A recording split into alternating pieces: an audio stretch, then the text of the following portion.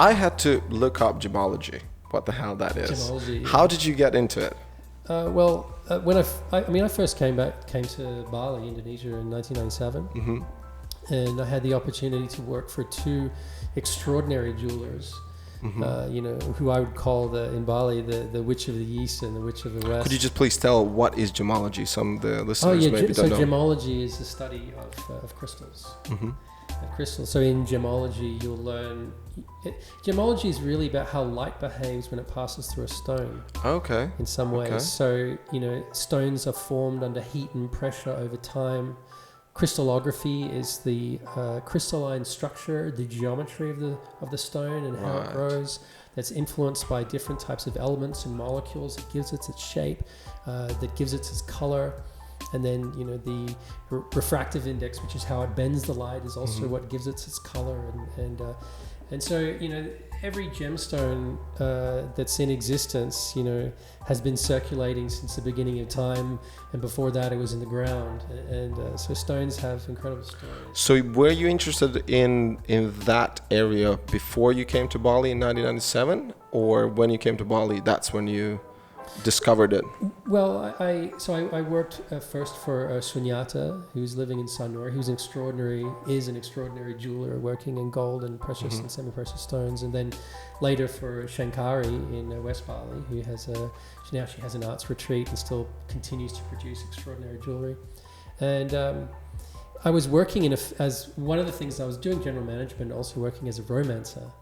And a romancer, it tells the stories of jewelry pieces and gemstones. Right. And so, for anyone here in Bali or around the world who's interested in gemmology, you can look up, Melody's Kaleidoscope, which tells the story of gemstones, and in some cases it's channeled work, and what is the energetic meaning of apatite or garnet or tourmaline. And I found that a lot of the information provided was just doing things like taking the chakra spectrum, and if it's a blue topaz, it's good for communication, and if it's a red garnet, then it's good for base chakra issues and getting grounded, and if it's a citrine or an amber, which is yellow, it's all about solar plexus and willpower. Where in fact, Gemmology, which really looks at the stories of these stones, is far more fascinating and far more mystical than any kind of channeled work or this fairly shallow approach to understanding the properties of a gemstone through channeled imagining. So where was the intro? How did it start? How did you decide I would like to know more about this? My partner at the time was pregnant with my first and only child, and I had and continue to have a fascination for gemstones, and so I signed up to a course with the Gemmological Association of Australia, and once a week I would go there and for a year and learn about the properties of stones and their history and how they formed, and looking at them using different instruments. So the polariscope, spectroscope, a microscope, a hand lens, a refractometer, there's all these different tools you can use to discover the magic of crystals. Wow. I always get interested about how people decide to do those certain things. Like, what is that first thing? Like, why someone starts martial arts? Why someone does, I would like to study about business.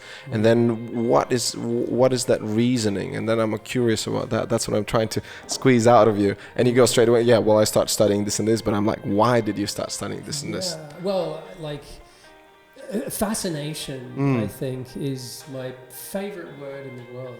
Fascination.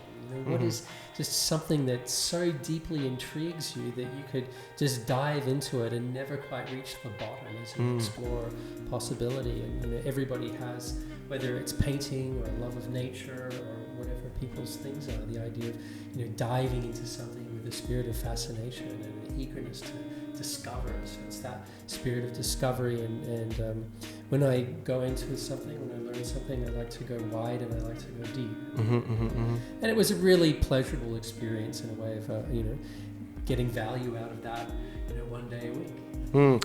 I'm from Northern Europe, from a small country called Latvia, and in Latvia we have quite famous stone called amber.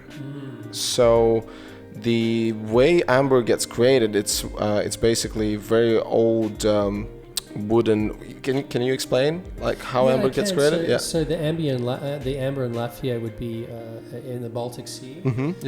So there were old growth forests from somewhere between 40 and 60 million years ago that over time with heat and pressure fossilized. The resin inside the trees fossilized over time, which became the amber, and then in some cases where I think there was an inland, the sea kind of came in a little bit deeper, and then that amber sort of polished on sea and sand over a period of years, and people would collect it. But for many years, amber was actually a form of currency, and it was called Electra. Oh wow! Well, I know for sure that from history. I mean, I wasn't a huge fan of history, but amber took a vast part of Latvian culture and history, and jewelry that was all about amber. And even now, if you go to Riga, which is the capital, and if you would go to the old city, you're always going to see someone selling them, and it's kind of interesting. So yeah, and then you, someone who knows obviously about it, and you can straight away say it's a Baltic Sea. I'm like, how do you know that? Is there any other places around the world, or like some famous places where you can get amber? Yeah, there's amber in the Caribbean as well. There's some amber in the Caribbean, but like the most sought after amber is the amber coming off the Baltic Sea. Right. To my knowledge, it's been a little while since I was in that world, but yeah. Right, and do you still do anything about this area, gemology, and are you involved in it at all? I mean, I have a collection of crystals, but crystals, they kind of go on their own journey, like almost all the crystals I've had in my life, I've had the opportunity to give away at some time. They sort of pass through you, but I like the idea with crystals that they belong to themselves. Right. They existed before you were born, and they will continue to exist after you die, and we get to enjoy them, for a moment in their life. Right. So when I hear the word crystals, for some reason I want to put together healing crystals.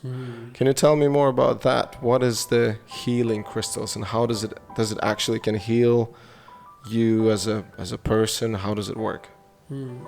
Well, I mean, to be fair, that side of things is not really my area. You could say that, there's some, if you create a power piece for yourself and you select the stones that you would like to wear, whether it's a diamond, or whether it's a blue topaz, or it's a pearl, or whatever the stone is, and you produce a piece that imbues, that contains the type of energy that you want to magnify in your own life. And there's different types of stories that we can tell about different types of stones. But I mean, quartz crystal, which is the most common crystal, in so much as all sand is quartz, all silica is built of quartz crystal. These little tiny quartz crystals, and much of the body of the earth is built out of crystal, and all communication happens through quartz crystal. You remember, like, one of the earliest wristwatches was called quartz. Right. Yes. You're right. If you remember, and so a quartz had actually been used as